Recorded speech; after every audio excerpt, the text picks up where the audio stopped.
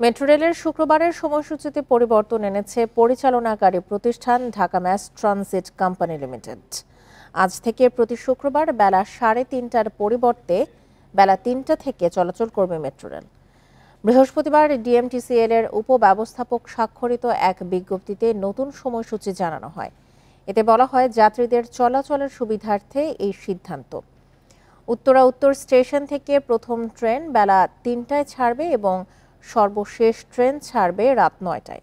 অপরদিকে মতিঝিল থেকে বেলা 3:20 প্রথম ট্রেন ছাড়বে আর সর্বশেষ ট্রেন ছাড়বে রাত 9:40।